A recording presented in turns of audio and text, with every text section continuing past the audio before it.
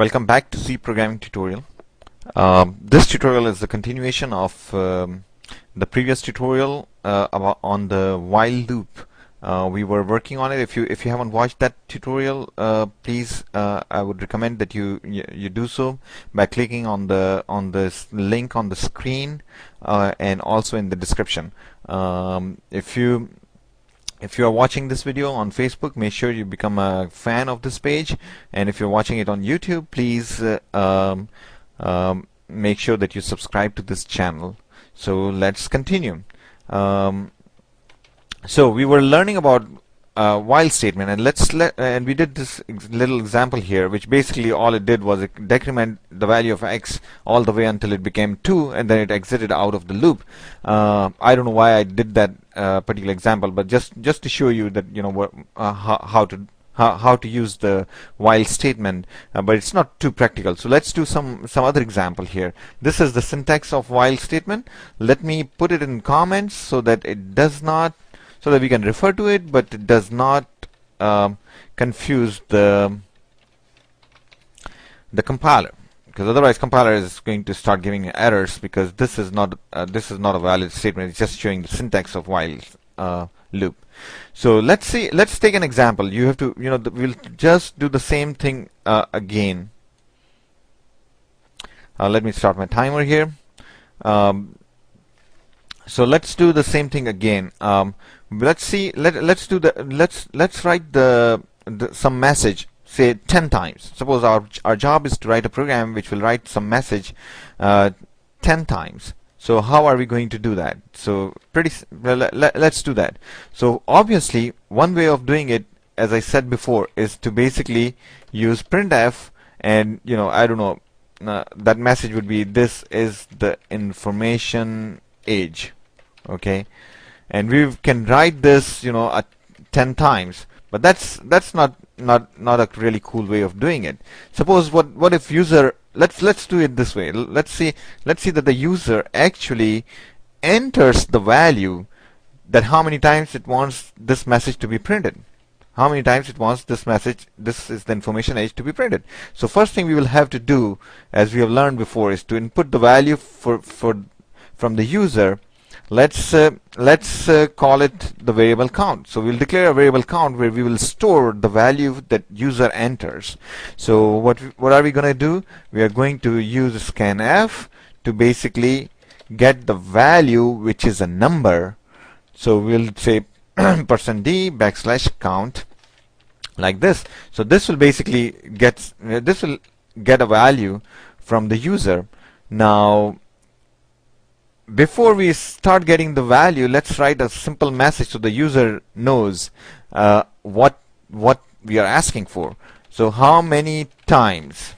So that way the user will basically know that we are basically asking it to enter the count.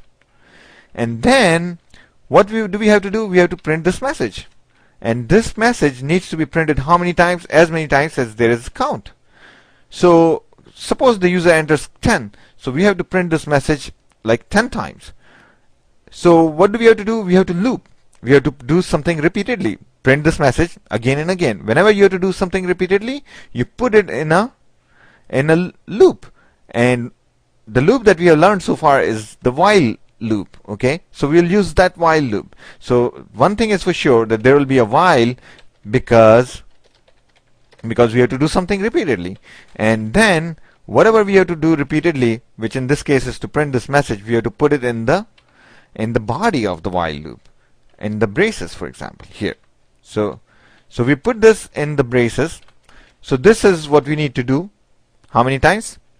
10 times, or whatever the number of times that the user has entered.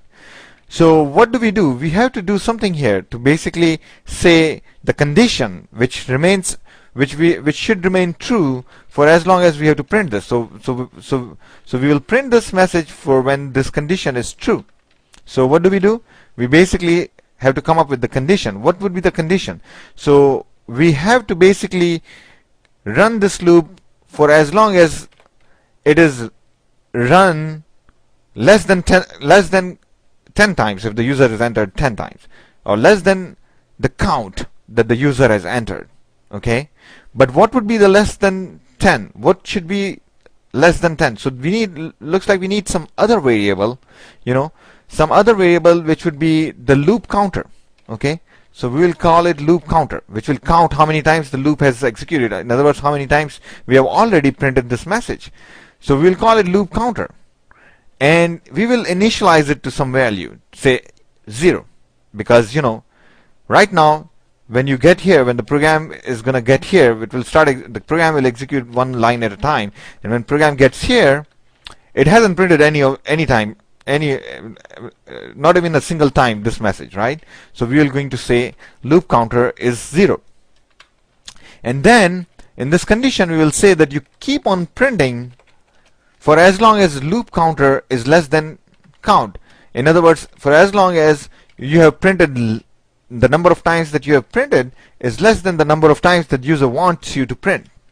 So this will be our condition right here. And one very critical thing that I told you in the last tutorial, when when I was defining teaching this while statement here, that at least one of these statements have to modify this condition.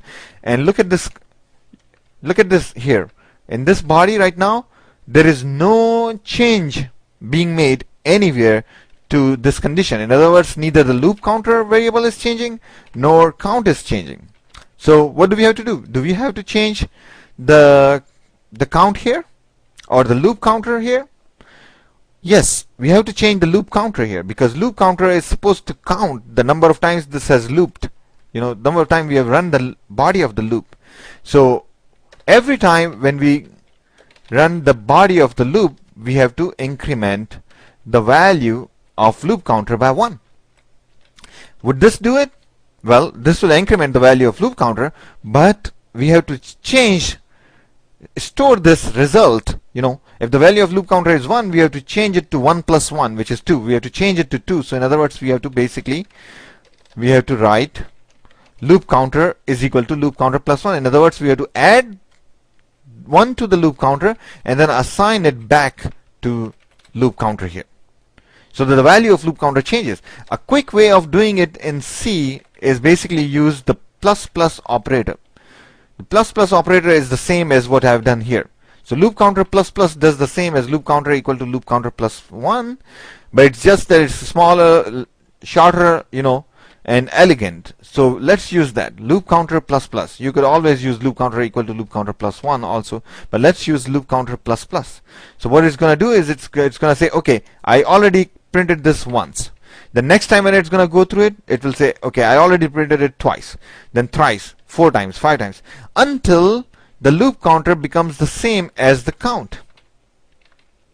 So do we have to execute this loop even when it is equal to count? Suppose count is 1, which means the user wants it to be printed 1. Okay, so we come here, loop counter value is 0 from the beginning, and then 0 is less than 1 because value of count is 1. 0 is less than 1. Then printf, we print this thing, and then loop counter value becomes 1. Then 1 is less than 1. We already printed it once. That's what user wanted us to print, and then loop counter value is become 1, and 1 is less than 1 is false, so it exits out of the loop. So we are done. So count was 1, we printed it once, and we are done. So it works. So let's see if it works or not. How many times? 5. Look at this. This is the information age, this is the information age, and so on. So what happened? We entered the value of count as 5, count became 5, loop counter was 0, we printed it, incremented loop counter by 1, it became 1, then we printed it, we checked the condition, 1 is less than 5, it is true, yes, 1 is less than 5, and then we print this again, and so on until finally the value of loop counter becomes 5, and then we say 5 is less than 5, it is false, we exit out of the loop and the program ends. So we end up in printing this message 5 times. Thank you for watching. Please be sure that you subscribe to this channel and rate this video 5 stars. Thank you so much.